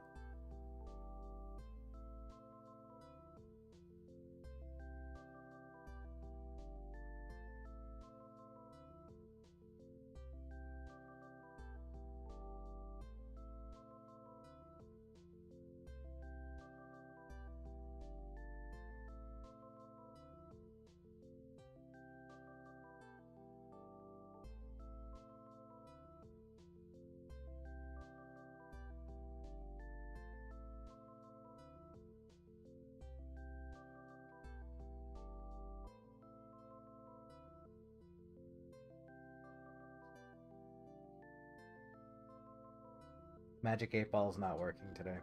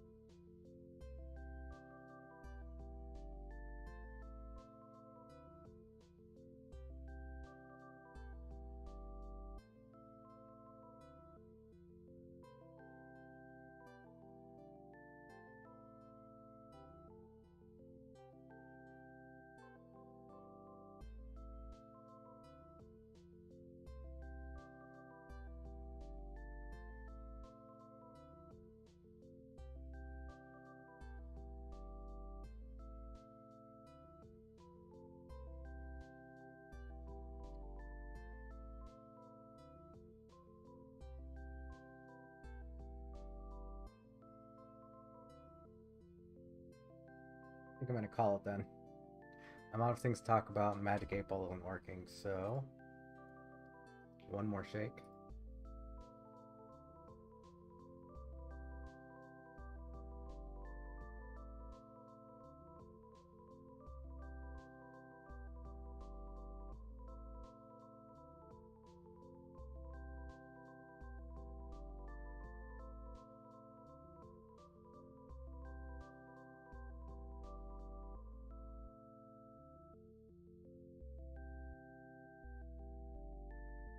Nope.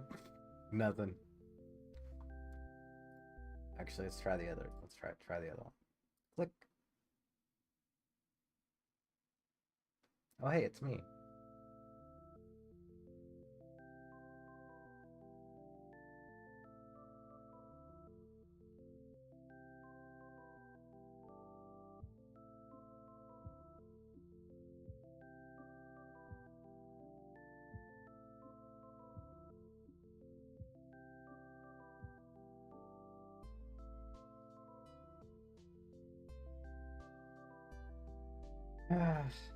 Nope.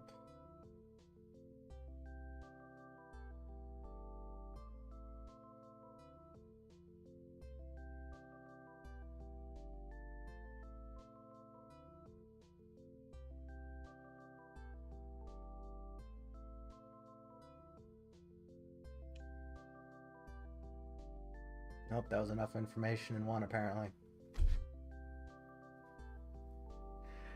Way too much. Needs to be parsed. Alright, good night.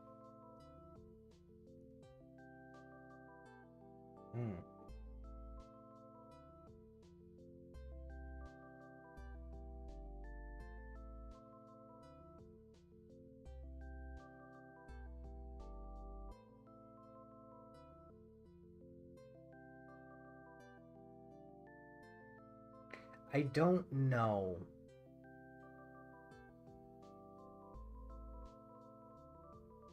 If what I'm presenting on stream is myself in a viewer's eyes.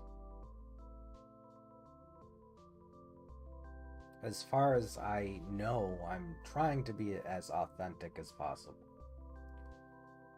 And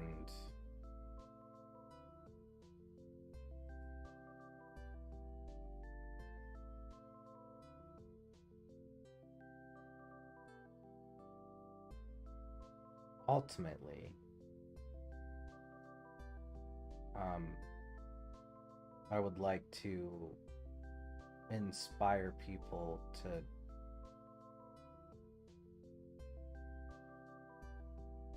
work on themselves.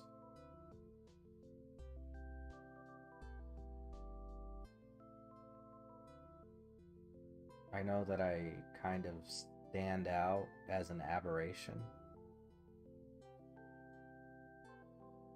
I don't know why. No, I do know why. But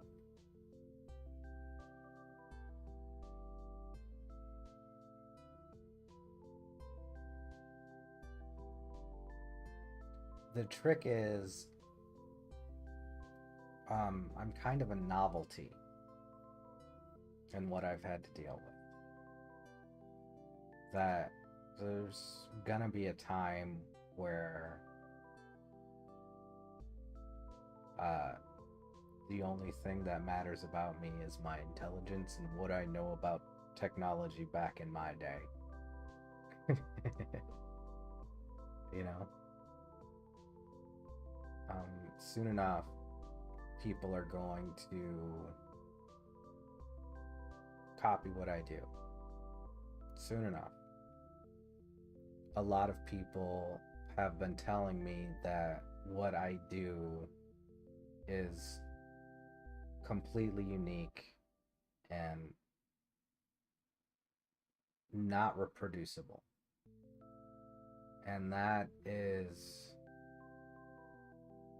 sad. That makes me sad. To think about that people would limit themselves in such a way.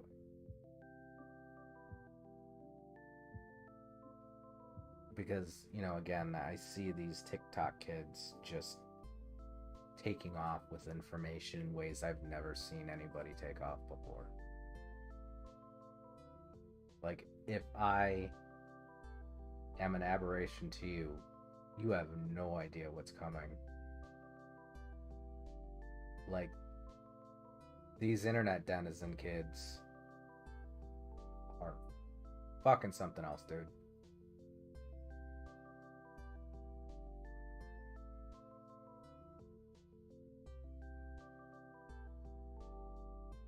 They are a force of nature.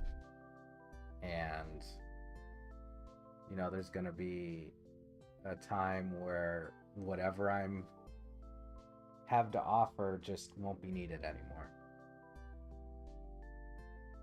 The only reason that I have this stuff to offer is because I was true to myself. A lot of what I do are just things that I enjoyed when I was young. Some of it is inspired by the heroes that I had growing up, and taking into account what kind of person did I want to be, what am I going to represent to myself. And I am very glad that a lot of people resonated with what I said. I'm very glad and I'm very thankful for it.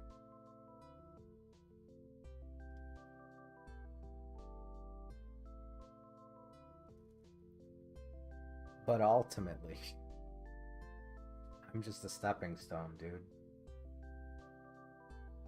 Everybody is going to find their own path eventually. If I inspire you to be more than what you are now, that's great, but don't stop there. Don't stop with me.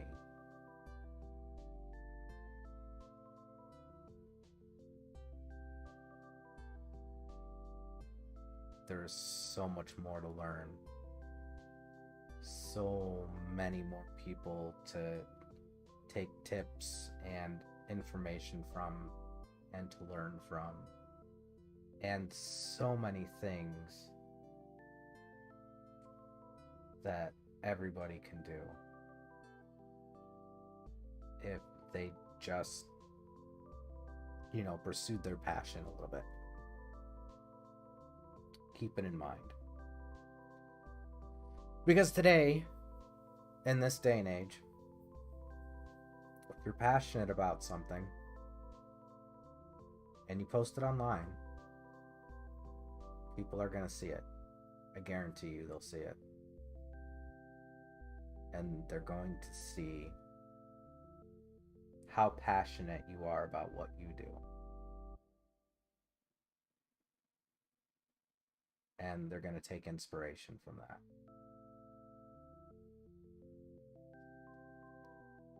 And this is the direction that technology is going. We're going from companies having all these control over what channels can show and what we watch to literally every single person in the world having their own channel. Most people don't think about it that way. Every single person today in this world has a platform that they've never had access to before.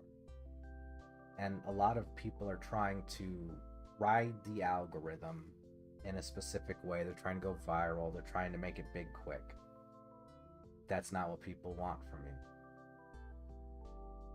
you. Like, yeah. Everybody likes tabloids and they like going viral. They like viral shit for stupid reasons, but that's not really what's going to stick in the long run. Everybody gets their 5 minutes of fame,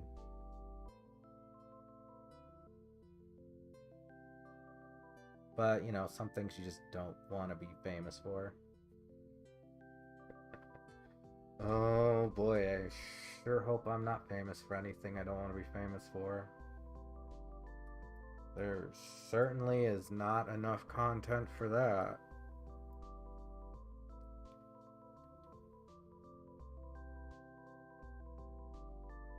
What I want to facilitate, if you take anything from me, is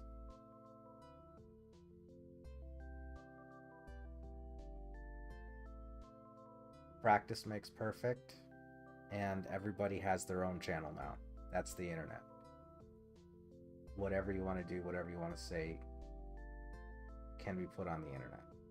Now, there are some things that maybe you shouldn't say out loud,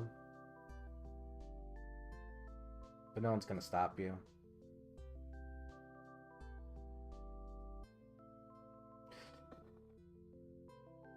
And the consequences with what you say out loud, they're going to haunt you.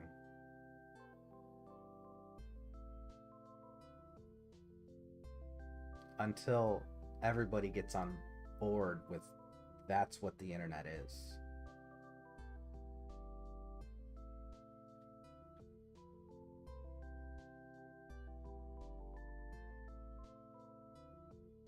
It's not something you can really grasp until you've been using the internet as a tool for most of your life. Like the TikTok kids, they've been using computers and their phones and the internet as a tool since they were very young. It's one of the reasons why I think that policing screen time might be a detriment to some kids. Not all kids. Like, I'm not saying like, oh no, kids should be at their computer for as long as I am every day. No, I'm not saying that. Maybe I am. What I am saying is that the more experience on these tools that you take away from your kids, the more that's going to hurt them in the long run. Don't get me wrong, I'm all about making sure that you get your steps in, especially when you're young. But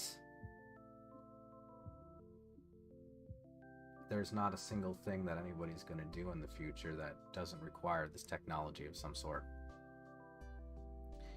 It is exactly like cursive used to be. Cursive used to be important. Not anymore. Technology is. And it's gonna keep going that way.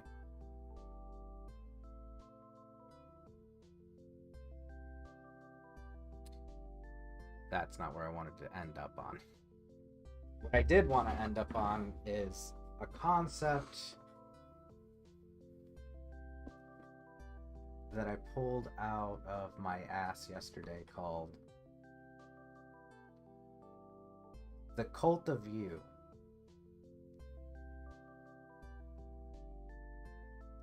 It's kind of a play on the my body is my temple kind of thing.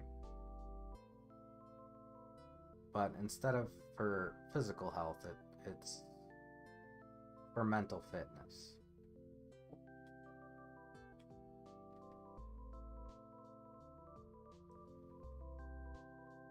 If you see something in me that you like, that person that you're projecting probably isn't me. It's probably a projection of the way either that you think I would be if you were doing what I'm doing, or a projection of what you might want to be. There's nothing wrong with that.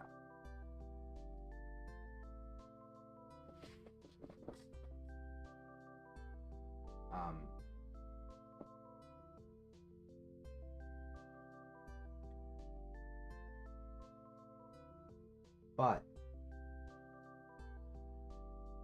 you need to be something that you would believe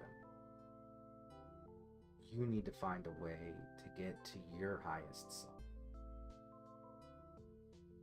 And if you put me or anybody else on a pedestal as the end, like that's perfection, then you're selling yourself short. It's flattering.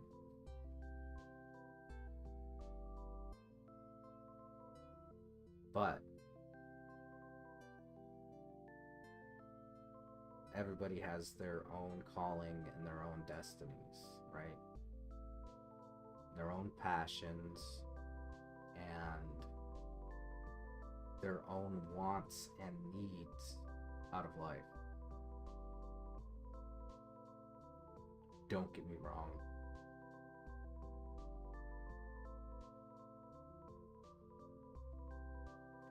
If I were another person, I might super enjoy the cult life. I would love being worshipped.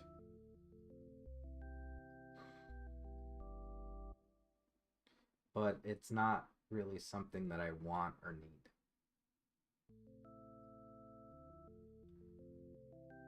Because what I want is for people to achieve their own goals, and I want to see people achieve their goals. I want to see people pursue their passion projects. I want to watch people make the world turn.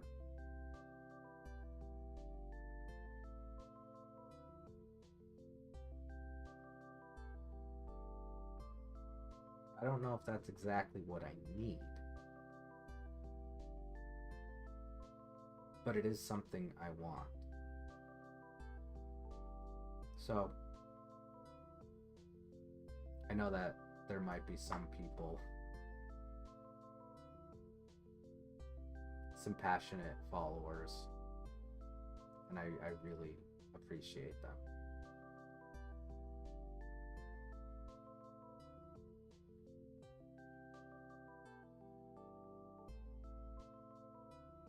I really do, because I don't think I would be here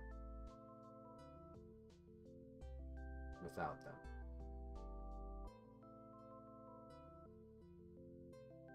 And I mean that in a literal way.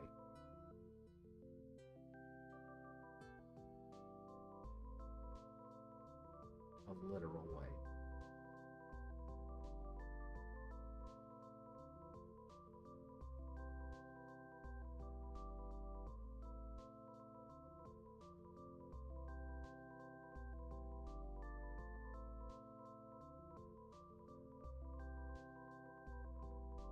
But more than anything else, what I want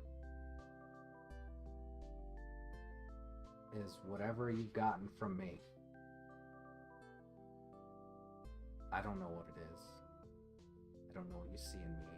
I don't know who you think I am. I know who I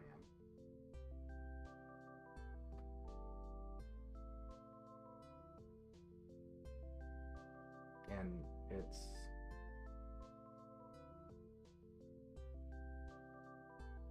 hard to keep track of a lot too many people. You know?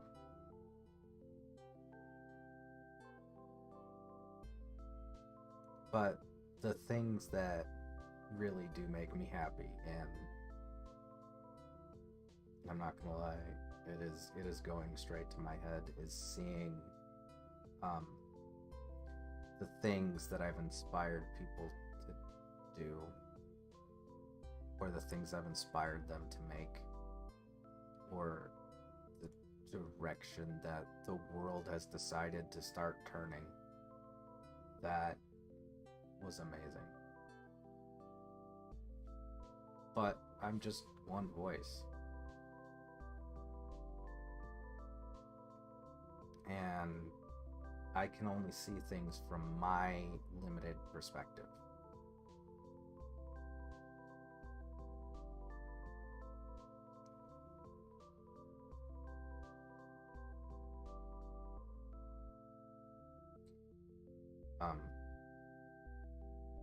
So while it is incredibly cool to see my things over the internet, I want to see yours even more. I really want to see what humanity is capable of.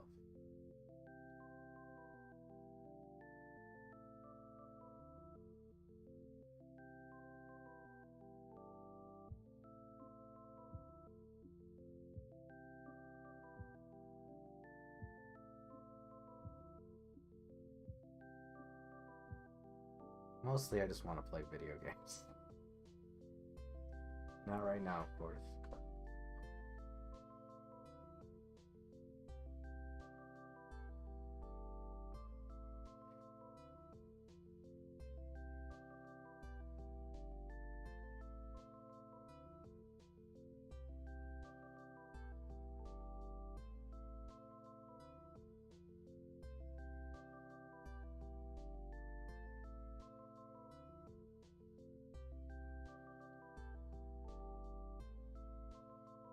So for everybody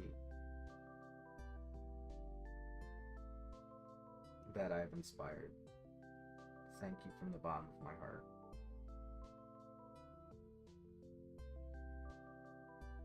And for everybody that is having trouble on their own path,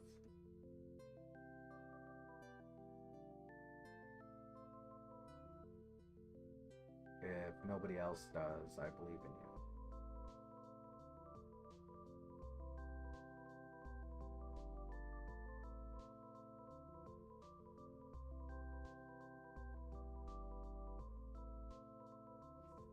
But we each got our own paths to go down.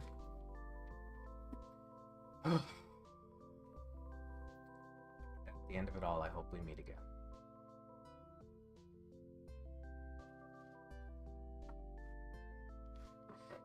As always, thank you so much for hanging out with me. I'm gonna go to bed.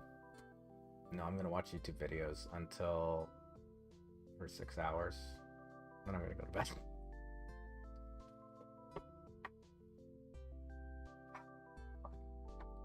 All right. Good night. Thank you so much.